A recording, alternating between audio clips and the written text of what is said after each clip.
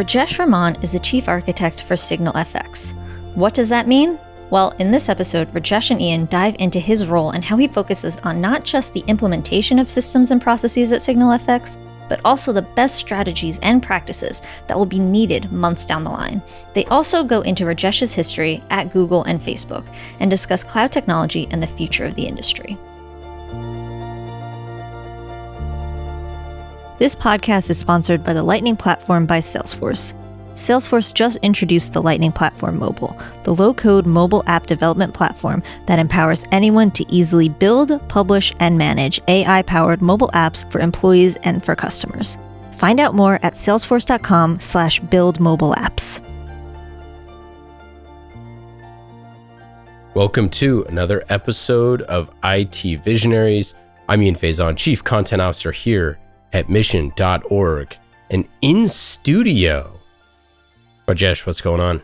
Nothing much. I'm happy to be here. Thank you for having me on the program.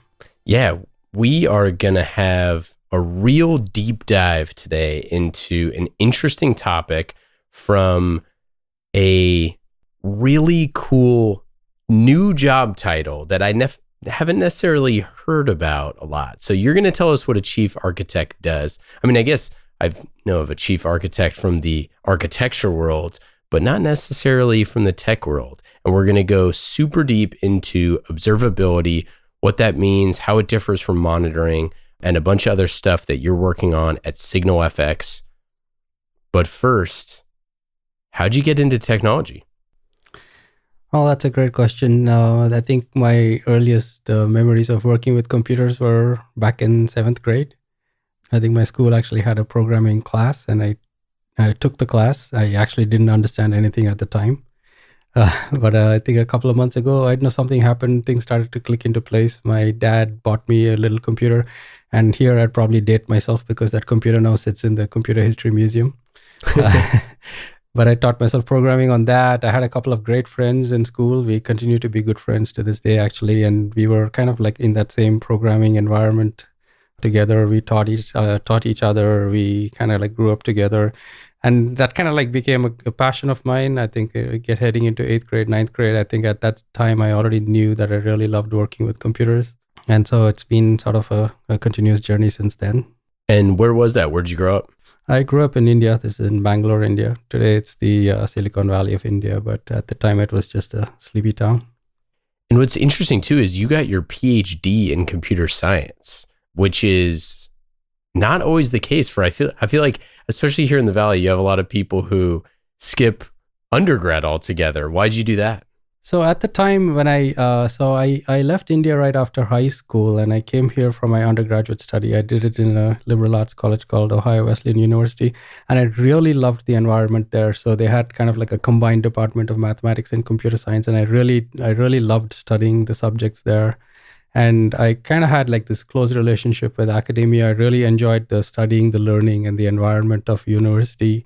But in the back of my mind, I always knew that I didn't want to become a professor myself, but I really enjoyed the whole process. And so after my bachelor's degree, I did my master's, and then it was almost a natural continuation into my PhD. I think you were mentioning that a lot of people kind of like skip that process. And I think a lot of that happened with many of my classmates in graduate school as well. They were, the .com thing was like heating up a lot at that time. And here I'm probably dating myself, but a lot of them kind of like left early or quit their PhDs early and went on to graduate school, went on directly to industry. But to me, I felt that if I didn't take that opportunity and finish my PhD, I would probably not come back if I didn't do it right then. So it was there. And in the back of your mind, you're always thinking, is this really something that I'm going to be using, whatever I do over here? Sometimes you get your PhD in a very specific topic and you're wondering whether you're ever going to use that again. But I always had a sense that no knowledge was wasted. And I think in this large scheme of things, I do use sort of a lot of the skills that I learned during that entire process in my day-to-day work as well. Let's get into what you're working on at SignalFX. And for those of our listeners who also listen to Marketing Trends, one of our other podcasts here at Mission, we had a SignalFX guest on that podcast, Tom, who's actually in studio right now with us. Surprise. Surprise, right? So if Tom, if you hear a third voice, piping into your AirPods or whatever you're listening on, That's the voice of Tom, the CMO for SignalFX. This is a great opportunity for me to get to know Rajesh better, to tell his story like he hasn't necessarily told it to date.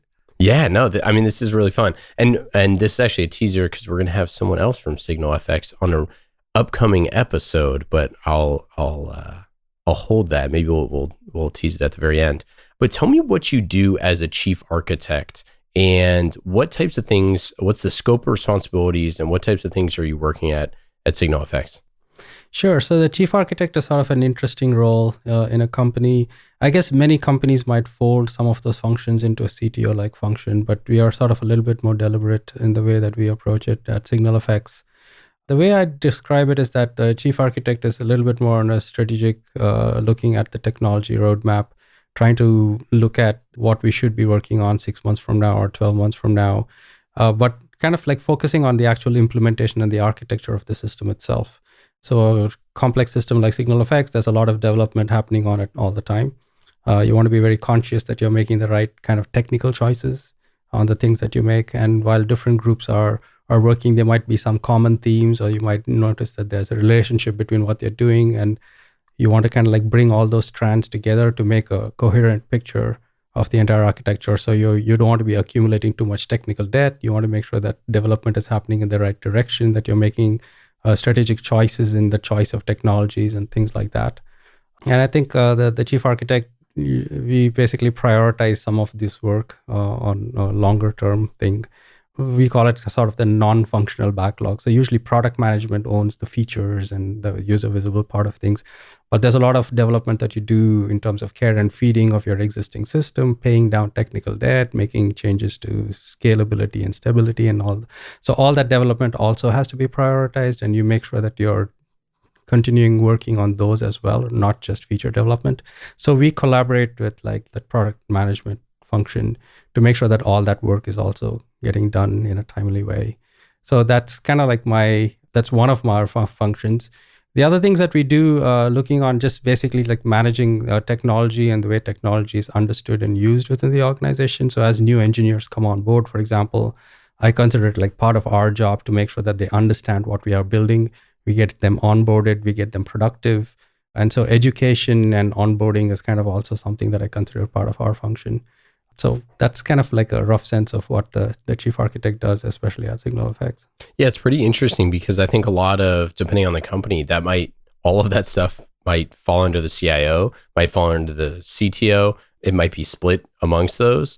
How do you work within the construct of what happens internally versus, it seems like a lot of that is internal versus like customer facing. Are you talking to customers? Is that more of a CTO responsibility? How do you kind of amalgamate all that stuff together? Yeah, so I do occasionally talk to customers, but I think the way things lie at SignalFX, the CTO handles a lot of the external facing, like representing technology to our customers and that kind of thing. And I'm more of the internal facing function, which is about managing how technology gets built and deployed and stuff like that. But that being said, like, Arijit, who's the CTO, and I are like very close colleagues. We were colleagues at Facebook and we continue to be good friends, and we work together on almost everything. So when representing the architecture or trying to figure out like what the current picture is, like we are always in close contact with each other. But I do some external facing stuff, and Arijit is also definitely engaged on the internal facing things as well. But primarily our focuses are, he is more on the external and me on the internal side.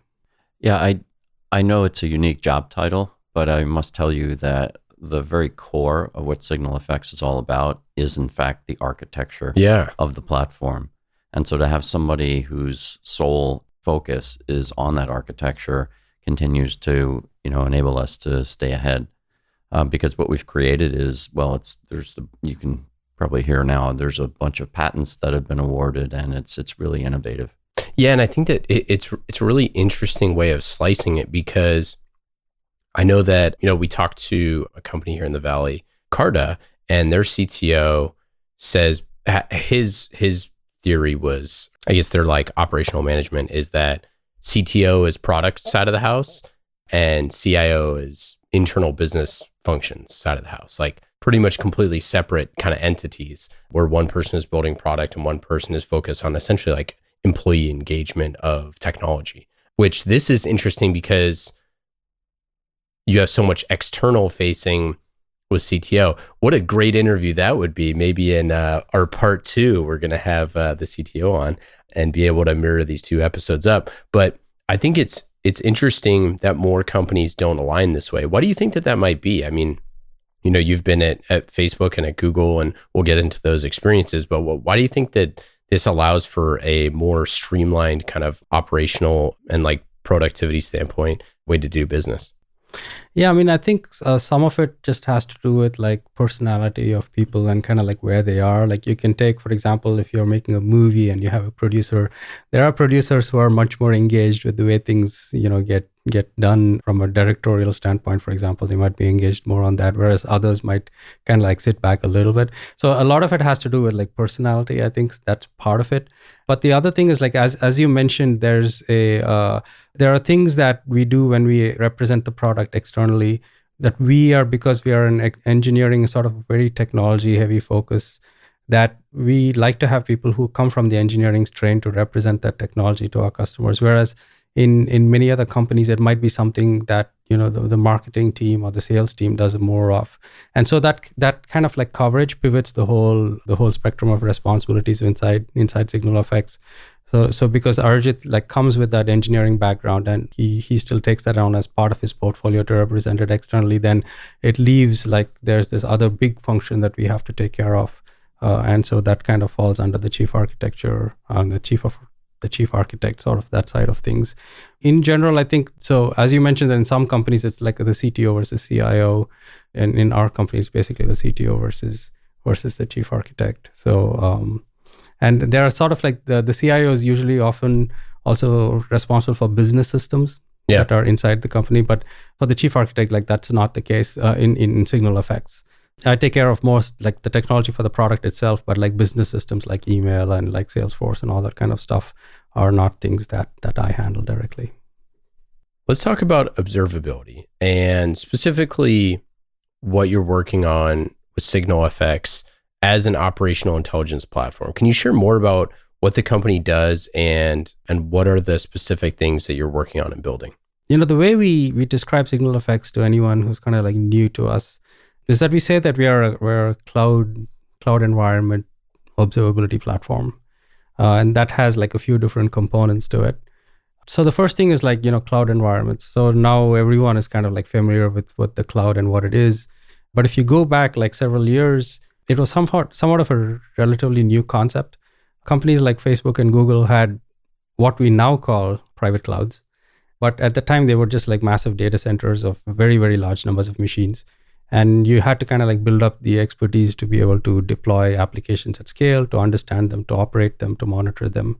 And a lot of stuff that we did at SignalFX was kind of like taking those experiences and that knowledge into what we were doing.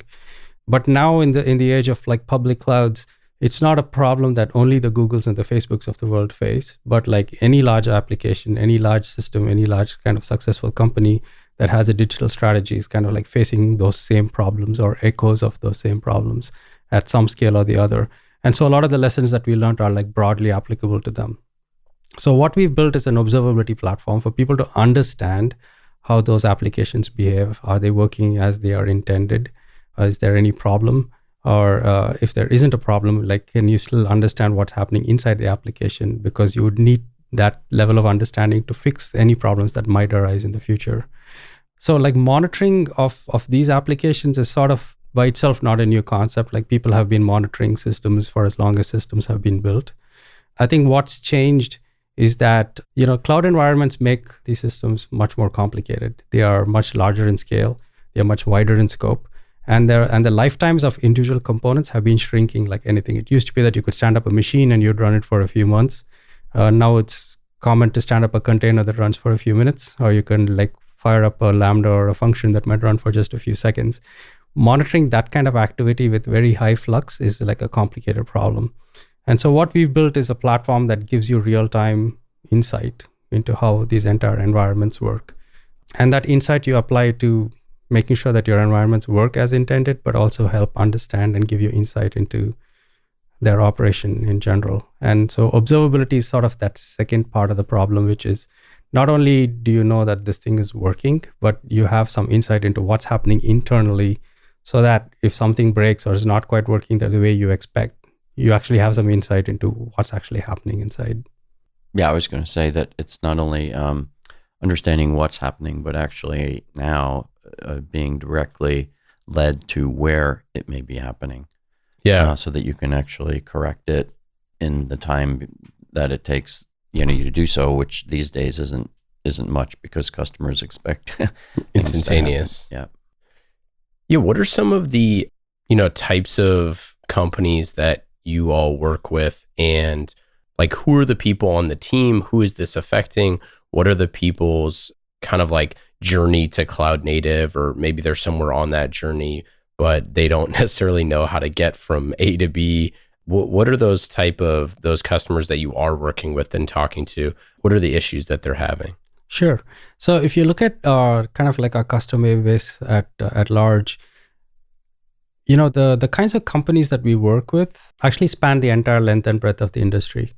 It used to be like, maybe this only affects the very, very large companies who are very sophisticated, who are like web native or so on and so forth. Do you mean like Fortune 500, or do you mean? I mean like companies that you would consider them to be native to the web. So maybe they started out like Square or Stripe or, companies like that.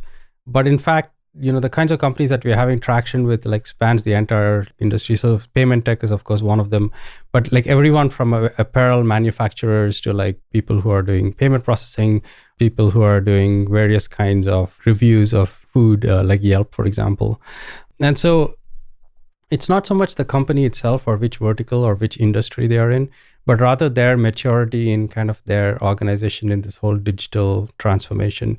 So every company now needs sort of a digital transformation that's kind of becoming a given. If you don't have some sort of an online presence, or if you don't have a way of like using an internet strategy, or company's probably doomed in the long run. And so this is a transformation that's happening across the entire like width and breadth of the industry. Now, it might be that in some companies, you have one small division that's trying to drive a digital business forward, whereas in other companies, it might be an initiative that spans the entire organization. But regardless of the scale of which of this transformation is inside the company, it's basically something that continues to grow inside every organization. And so we are finding traction across from very small to very large companies. But if you look at the personas who use SignalFX and who use the product and who are trying to deploy the product, there's this whole DevOps culture, where you have people who are doing operations and you have the developers, and there used to be two different sort of personas, but now that's kind of like merging, where developers are getting very, very close to operations and are in fact most of the time responsible for their own operations. So these developers are sort of like, they ask more sophisticated questions from their applications. They want to understand something at more fundamental levels than people who are just pure operators. And that's where an observability platform like SignalFX really like comes into play, because these engineers say, okay, I'm writing some code, I'm deploying it, but I really need to understand how well is it working, because that's going to inform, for example, what I do next week or next month, in addition to monitoring if something happens. So that category of user is a very key persona in the whole SignalFX ecosystem. The other one is like in larger organizations, you usually have some group that's trying to deploy monitoring as a common strategy, or observability as a strategy across the entire organization. And in those organizations, you have the observability group is what we offer as service bureaus. So they are basically almost deploying SignalFX as a service to everybody, for other engineers in the organization. Oh, got it. Okay.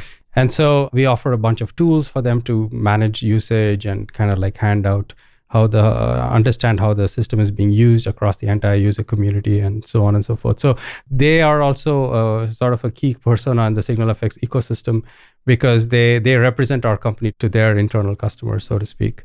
And they need a bunch of tools, and they are sort of our champions as well within those organizations. So if you look across the entire company, you're asking the kinds of users that we have. It's like the DevOps, the engineers and the operations guys, the service bureau type people who are running the observability teams. And then it's across organizations that are kind of either starting in their early in their journey, or fairly along their digital transformation journey.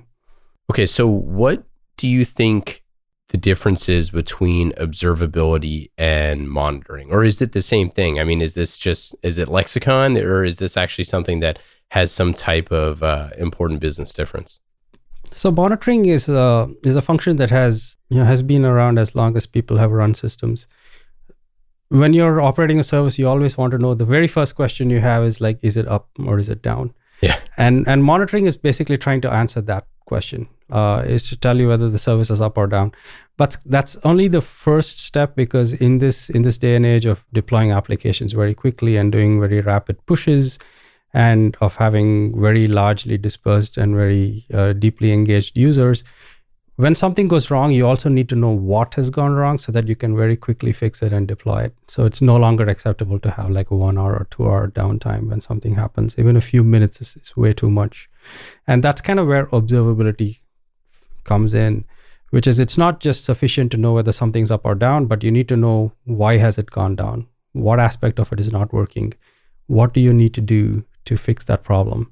The practice of observability gives you insight into all the internal state of those systems. So as you see a transaction flowing through, and you might notice that, okay, this aspect of this transaction is where it's broken, and you need to address that. And even in regular operation, even if things aren't broken, and you see the state of how resources are being used or how transactions are flowing through your system, the ability of looking inside your system and understanding how all these different components are working gives you insight into how these applications work. And that's actually great to build up that picture in your mind of what a healthy application looks like. And it also gives you insight into, okay, here are some components that might need work, or here are some components that might become a bottleneck. And that would kind of inform your development going forward, where you could focus on improving those components. So it's not just something that you look at only when things are broken. Like when you use observability as a practice in your organization, you kind of look at your applications like almost all the time, or rather than just when things are broken, which is sort of a more monitoring sort of a way of looking at things. It's the difference between that real-time problem detection, which is super important, to the predictability part of it. Is how can we like lean ahead and try to figure out what is going to happen and prevent it from going down in the first place? Yeah, so at SignalFX, for example, the one real fun thing about working at SignalFX is that we are one of our biggest users. We monitor SignalFX using SignalFX. And not only do we just use it for monitoring, but we use it as an observability platform. So any features that we build, for example, we instrument it. Yeah. And so when we launch it, we see, okay, how well is it being used? How well is it working relative to the previous implementation? And so by looking at these metrics on an ongoing basis, we say, okay, is this feature that we need to turn on? And once we turn it on, how well is it working? And if it's not working so well, then maybe we should figure out where the problem is. And so we add more instrumentation to figure out where the problem is. And so that kind of like ongoing engagement with your product, rather than just, okay, is it broken or is it not, is sort of a critical thing, because it really helps pace out your development, really rounds out how your understanding of the whole system. So who manages those dashboards? Do those come to you? It's sort of a cross-functional thing, but it does require a little bit of curation on part of the whole engineering team to kind of monitor the main top-level metrics, and then to drill down when issues are happening, to look into the subsystems that might need kind of like some help. Yeah. So what does this look like in 5 years? Like, where is this going? What is, as people continue these business transformations and their kind of cloud native journey, where do we get to? So I think there are a few interesting trends that are happening. If you just look at the workloads themselves that have to be monitored, the services that you have to monitor are becoming much more numerous in number. Like I would say, it used to be that you would just use a load balancer and a database, but now if you look at the number of things that Amazon and Google offers, for example, the number of services that you might use, that's growing very large. The lifetime of components continues to shrink. Like I said, from hosts to containers to functions, these things are growing down to number of seconds. And it's also becoming sort of a very diverse, heterogeneous world where it's now normal for most organizations to be multi-cloud. So they might have something in Amazon and Google, and they might have a private cloud and so on and so forth. So the universe of monitorables and observables is kind of like growing very large. If you look at observability as a whole, it used to be a lot of the emphasis was on collecting data, but collecting data has become sort of a commoditized problem. It's not interesting anymore. And right now, where the whole industry is focused on is managing data and giving you insight from that data on dashboarding, anomaly detection, things like that. I think the future of this whole space is going to be around proactively telling you, even before you've defined an anomaly detector yourself, of where a problem might be occurring, to help you sort of do a root cause analysis, help you triage and find out where the issue is. Because if you look at modern systems, they are very large meshes of like services. There are these very large microservice-based architecture, sometimes dozens, sometimes even hundreds or thousands of microservices. So a single transaction might hit many, many thousands of hosts. And trying to localize and find out where the problem is very difficult. And what would say, I mean, and because you've been working on the microservices APM, I'm curious, like what would those type of microservices be that would, those 1,000, what would a few of those be, and why would that be something that you would need to pinpoint it at, and find the root cause of those different things? Sure. So I think a great example of visualizing or trying to understand microservices is, imagine that you hit the front page of Amazon.com. So if you look at the front page of Amazon.com, and if you're a Prime member, you might have some promotions for Prime members. That would be something that, let's say, a Prime membership service would be responsible for supplying that content to the homepage. You might also have some products that you previously purchased, and there might be some personalized recommendations based on your specific preferences. That would be another service that was supplying that content to you. You might have an icon that says, okay, you have like 20 items in your shopping cart, and there's another service that's responsible for doing that. And they might have seasonal kind of like promotions. So if you just hitting that front page of Amazon might actually be hitting like a dozen or so microservices that are each responsible for providing some amount of content that's finally assembled into your homepage. Now, the shopping cart service itself, for example, might have to look at your account. It might have to look into a database. It might have to look into a whole bunch of other things to itself give you some information about what's in your shopping cart. Or if you're looking at the one that tells you about your personalized recommendations, it might have to look into, what kinds of movies have you previously watched, or what kinds of items have you previously purchased. So if you look at, you're hitting a dozen microservices, those services themselves are turning around and talking to other services. And the idea is you take a very large, complicated problem like the Amazon homepage, and you break it up into small components that you can distribute to different teams that can build those services independently and deploy them independently. So you don't all have to like walk in, do all your development in lockstep. The advantage of that is it gives your organization a lot of flexibility, both technically and organizationally, to move quickly and to develop quickly. The downside of having that really complicated architecture is that it's very hard to pinpoint when there is a problem, because you're now talking to like dozens, and sometimes like these services start becoming very small. There's a service only responsible for generating unique IDs, for example, or for indexing videos, or you have another service that's responsible for doing inventory tracking or payment processing. And so you very quickly end up with like hundreds or thousands of microservices, as it might be for Amazon. And now if you do a single transaction, and the transaction here might be, I'm viewing the homepage, well, it's going to end up like talking to hundreds or thousands of these microservices, and that are all providing content that needs to be assembled and then shown on the page. Now imagine that this homepage loads slowly for 0.5 of the customers. It takes 3 seconds or 5 seconds for it to load, whereas for everybody else, it loads super fast. Like, how would you identify where the problem is? And that's kind of like the issue that we face with a lot of these microservices APM type use cases, where you're trying to identify like these transaction flows and where it might be slowing down and for whom. So the way SignalFX kind of attacks this problem is that we use a scheme that's similar to many others, which is you try and like follow this flow of this transaction as it goes through the entire system. The challenge here is that the number of transactions can be extremely large for a site like Amazon, but even like for a more modest sites, it can be in the billions of transactions a day, right? So this would be like 1 billion page views, for example. And so because the number of traces can be so large, you usually do some sort of a sampling scheme, which is, hey, I'm not going to capture 100% of it. I'll capture, let's say, 1% of it. And if my sample is good enough, I should get enough insight into what's happening. In most of our competitors' offerings, this choice of whether you're going to capture this trace or not is made at the very beginning. You say, okay, somebody's going to hit this page. Am I going to capture this trace or not? And 1 time out of 100 on average, you'll say yes. And the other 99 times, you'll say no. This approach is called head-based sampling, where you kind of get a uniform random sample across the entire population. The advantage of head-based sampling is that it's easy to implement. All the math that you do on it is statistically valid because it's a random sample. But the disadvantage of this is that it might not actually capture the behavior that you're trying to examine. It might not capture those 0.5% of bad traces that are taking a really long time. So at SignalFX, we have a different strategy where we examine every single trace in the system, but we obviously can't store all that information because there's way too many of them. So instead, what we do is, as we are observing every trace, we build up a data model of what a normal trace looks like and how it normally behaves. And if a trace comes in that's kind of like anomalous with respect to that data model, then we say, okay, this trace is interesting and I'm going to retain it. And the way we make those observations is that we look at every span and say, how long does this span usually take? This particular operation, how long does it usually take? And if it takes longer, if it has taken longer than what it usually does, then we say, okay, there's something wrong with this trace. I'm going to retain it. And so this is sort of the approach that we take. So this is called a tail-based selection, or we call it no sampling, because you're not actually doing a random sample.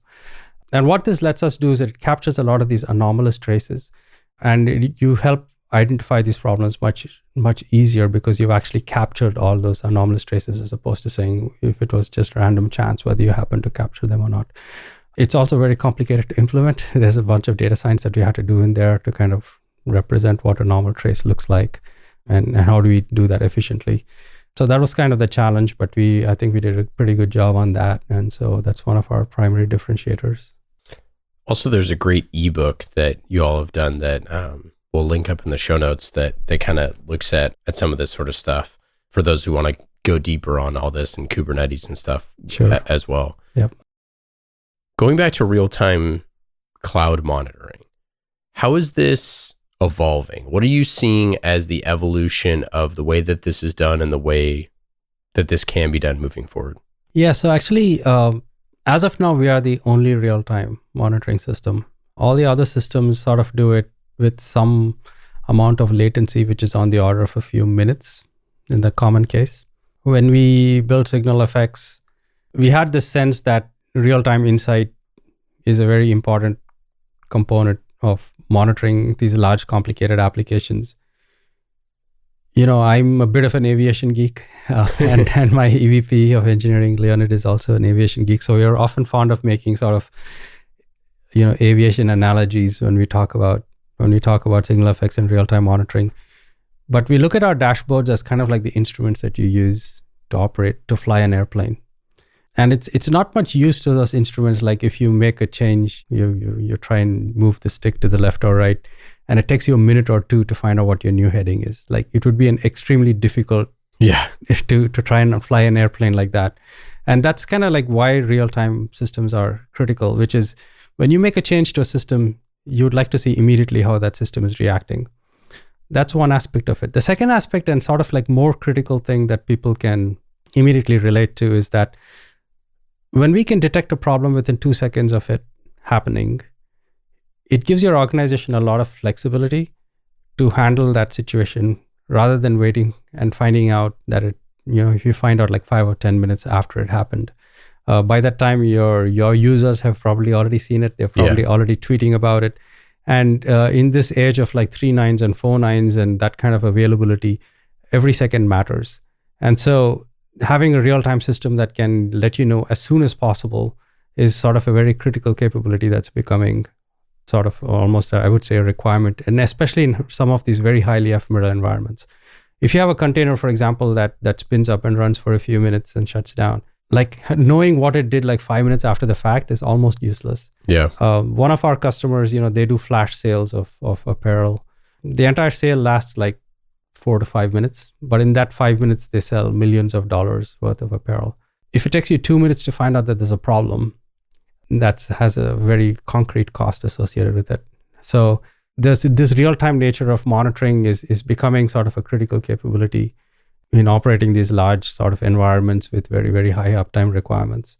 Yeah, I was thinking about this the other day. I applied to stay at this campsite. This is like really hard to get campsite.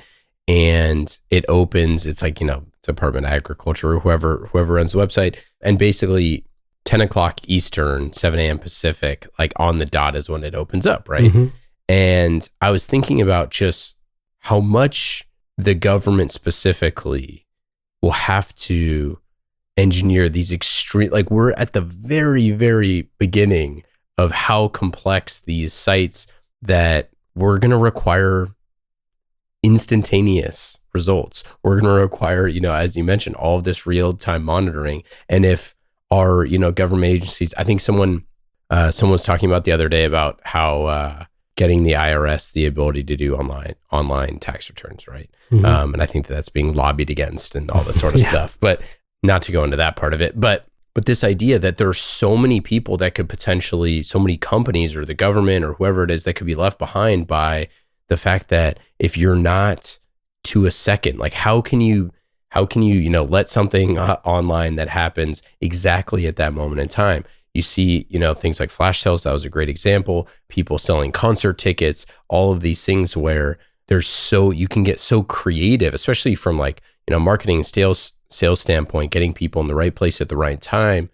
And if, everyone was worried, another example, when Game of Thrones launched, everyone was like, of course, Game of Thrones, HBO Now and HBO Go, they're definitely going to crash, right? Because everybody in the world is going to be watching that, everybody in the world. But tens of millions of people are going to be watching this thing. I think it's just such a relevant thing that I think CIOs and CTOs are worried about is, how do you stay at the cutting edge? How do you stay in real time when that is the expectation all the time, to be down to the second, that it's always working? And, to your point with the aviation thing, we would have never allowed for that, in aviation, but now with, being off by a minute, you could be missing out on millions of dollars, tens of millions of dollars or whatever. Yeah, absolutely. Or just trust. Or just customer trust or anything like that. And you spend all this time to get them to your site, and now they're not going to buy because, your shopping cart has been down for 5 minutes. Absolutely.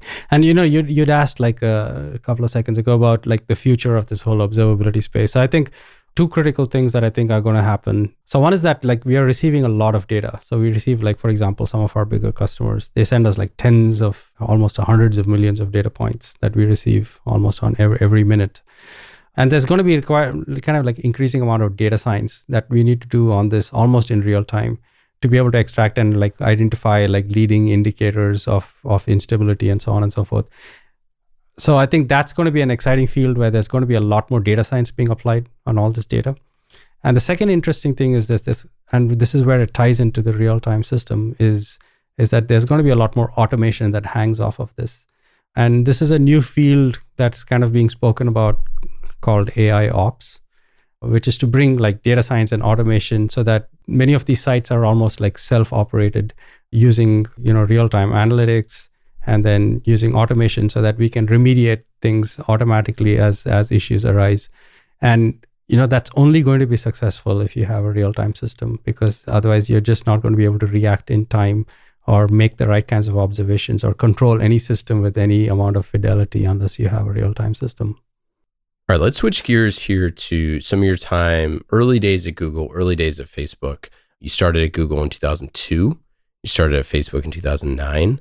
So some really interesting times, early days for those companies.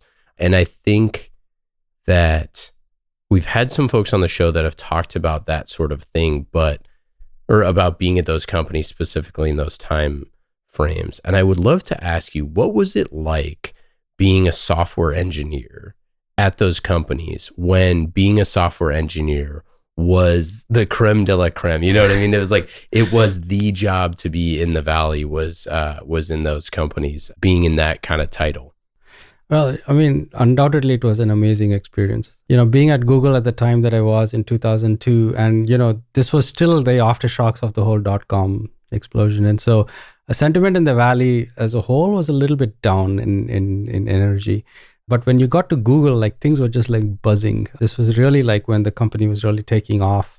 What year was this? So this was 2002. Or sorry, how big was the company? So the company was, I think I was employee number 400-ish. Oh, something like that, which I thought was very large at the time because I'd worked at a tiny startup prior to that. But who knew it would become what it became?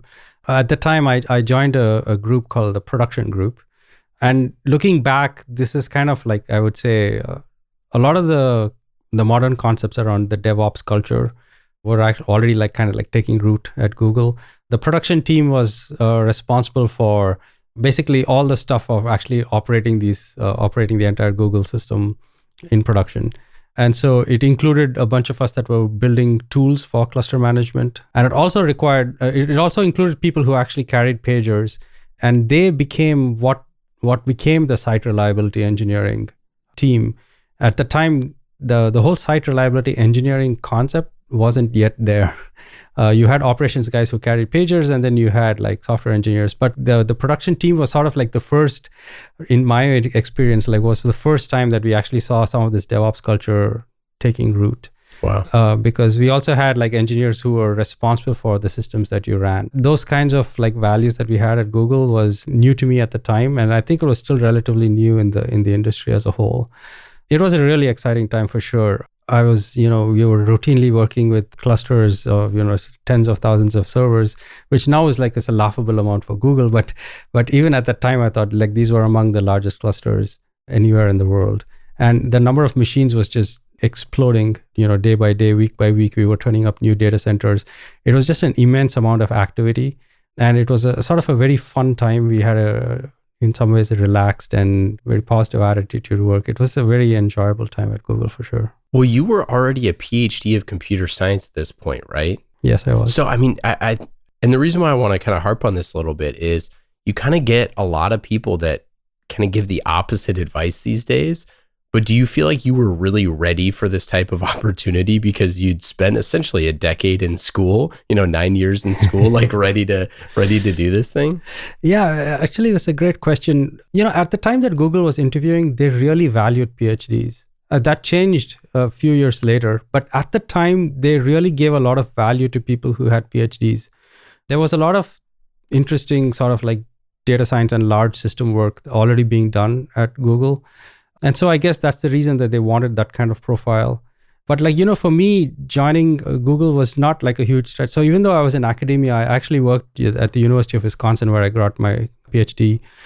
I got my PhD basically building interesting functionality into a system that has kind of like been a production quality system for a long time. And it continues to be actually like decades later. And so I kind of had my hands dirty building real systems for a while. So to that extent, it wasn't a huge like culture shock or something like that to me. There were other culture shocks for me at Google. So it was, it was very strange for me to rub shoulders with people like Rob Pike and Ken Thompson and Alex Martelli and Guido Van Rossum. And like, these were like, guys that you read about in books who had written books or who had like done like significant things. And it was strange to be like office mates with them. And it always gave me a little bit, you felt a little bit of that imposter syndrome. Yeah, of course. At a place like Google, it was like almost a crushing thing. Like you had to learn how to deal with that stuff because, you have to believe that you belong and you have to kind of like get along with the business of doing things. Otherwise it would just like crush you, I suppose. When you were there through the IPO and then a good while after that, there's you might be able to tell the story better, but that, I forget who it was. I think it was maybe Larry or I don't know, either Larry or Sergey that didn't go to the IPO. They like stayed with the engineers or something like that. It's like, oh, whatever. It's not that big a deal. Yeah, they were both largely sort of like irreverent people. A lot of the stuff about, Sergey famously always wore athletic shoes. He always wore tennis sneakers, even if he wore a suit or whatever. There are little quips about, things like that, which were really funny. I can tell you a pretty funny story. Even Eric Schmidt was pretty laid back. So we had, at the time, Google's entire office in Mountain View was like one building in 2400 Bayshore. Yeah. And like space for engineers to even sit down and do their work was like absolute premium. Because week by week, we would be hiring 10, 20 people, and it was in this one building, and we couldn't find space for any of these engineers. One particular engineer who's been around for a while, Amit Patel, he noticed that Eric Schmidt is always traveling, and his office was always empty. He just moved his desk into Eric Schmidt's office. Oh my God. So Eric came back from this trip, and he saw this engineer sitting inside his office. And, to his credit, he was very cool about it. He's like, oh yeah, sure, I'm fine with it. That is hilarious. That's some of the crazy things that happened back then. Yeah. That's great. Did you find that culture, has helped you, be a chief architect? You've been with the company SignalFX for a number of years now and been building, and you all are growing really fast. Did you get something where there's some type of leadership lessons or anything that you kind of gleaned from that experience, or even we can get into the Facebook stuff as well? Yeah, I think there were definitely things that I learned at Google that I really appreciate. So I mentioned that you rubbed shoulders with all these like famous personalities, but the one thing that really struck me was that none of them really threw their weight around. They never threw their name around. You could go up to them and ask them questions that, in retrospect, you might think is a dumb question or whatever, but they never made you feel that you were bothering them or asking a stupid question. That, and then there was always a culture of arguing ideas on their own merit and not bringing like personality or like, there was no sort of a personal dimension to any of those discussions, which I think I really valued. And I've been very kind of keen on making sure that we continue that culture. I think Facebook was very similar in that sense, that there were a lot of ex-Googlers at Facebook too, from other great companies as well. But there were a lot of similarities in culture in that way. People were very focused on their work, on getting things done, and not so much on egos or throwing titles around. Titles were never a big thing either at Google or Facebook. That's something that we're also pretty keen on at SignalFX. Yeah, I mean, Tom, when we talked on Marketing Trends, it's one of the reasons why he was so excited to join was just the founding team and all the leadership team are so proficient and brilliant, but also I think just the way the general culture and everything was really cool to hear. Yeah, I'm very proud of our team actually. But engineering culture is one of those things. It's like an intangible. Yeah. But it's important to maintain the culture and the ethos of an organization. It's sort of the identity of the team, the identity of the organization, and you have to do some active amount of work to maintain that. Otherwise, you lose your sense of what made SignalFX, or what made Google. You have a really funny Facebook story. I want you to I don't know if you can share it for the audience, but I think it's pretty great. Sure. So I was about 6 or 7 weeks having left Google and having joined Facebook. So at Facebook, they have this great process of onboarding, which they call boot camp. And this is 2009. So this is 2009. Like early days. Yeah, fairly early days at Facebook. How many employees do you think? Maybe 1,500-ish, something like that. Which again, at the time, I thought was fairly large, but yeah. So bootcamp usually lasts around 6 weeks. As an engineer, it's a really interesting process because you go and you actually solve actual engineering problems for various teams. They put tasks, usually self-contained, not very large tasks, but actual tasks that are actual engineering work. Instead of writing Mickey Mouse programs, you actually go and add a little feature or fix a little bug or something like that. And in doing that, you kind of learn the whole system and all that kind of stuff. So anyway, I was working my way through boot camp, and I thought I had a fairly successful boot camp. I had finished about 6 weeks of it. And then I received this email, and it came directly from Mark Zuckerberg. Like, I'm kidding you not, like the from is Mark Zuckerberg, and the title of the email is "You Are Fired." Oh my gosh. So at this point, I'm like, oh my God, what the hell did I do? And then I opened the email and I looked at it, and it was kind of written, very concretely on a one-to-one, person-to-person sort of like communication style. But then like none of it was like making any sense to me. But like after a few times of reading it over, I found out that Facebook was of course working on new products and new projects. And somebody had leaked this information about one of those projects to the press. And Mark was obviously very upset about it. He was addressing himself to that particular person, but had sent the email to the company at large because they had not yet identified that single person, and they were, having the security team chase that down. But in the meantime, he was making his displeasure known to the organization at large. But just the way that it came in, that it was like addressed to a single person, it was an interesting few moments till I understood what was happening. It's such a cold bucket of water on your shoulders when you see that. And I'm sure your heart sinks and you're like, well, I haven't done anything. Yeah, absolutely. I thought I was doing a pretty good job until then. Let's get into the lightning round. These questions are fast and easy, just like the lightning platform from Salesforce. You can go to salesforce.com/buildmobileapps to learn more about how you can be fast and easy. Like this round of questions. Are you ready? Sure. Number 1. What app on your phone are you using that is the most fun? I would say Slack. Oh, all right. All right. What do you do for fun on a day-to-day basis? So on the weekends here in the Bay Area? So I'm learning to play the guitar. I would say that's the most fun thing that I do. Do you fly? I do not fly yet. Working on it? But I do read a lot about airplanes. What is your best advice for a first-time chief architect? For a first-time chief architect, wow, that's a great question.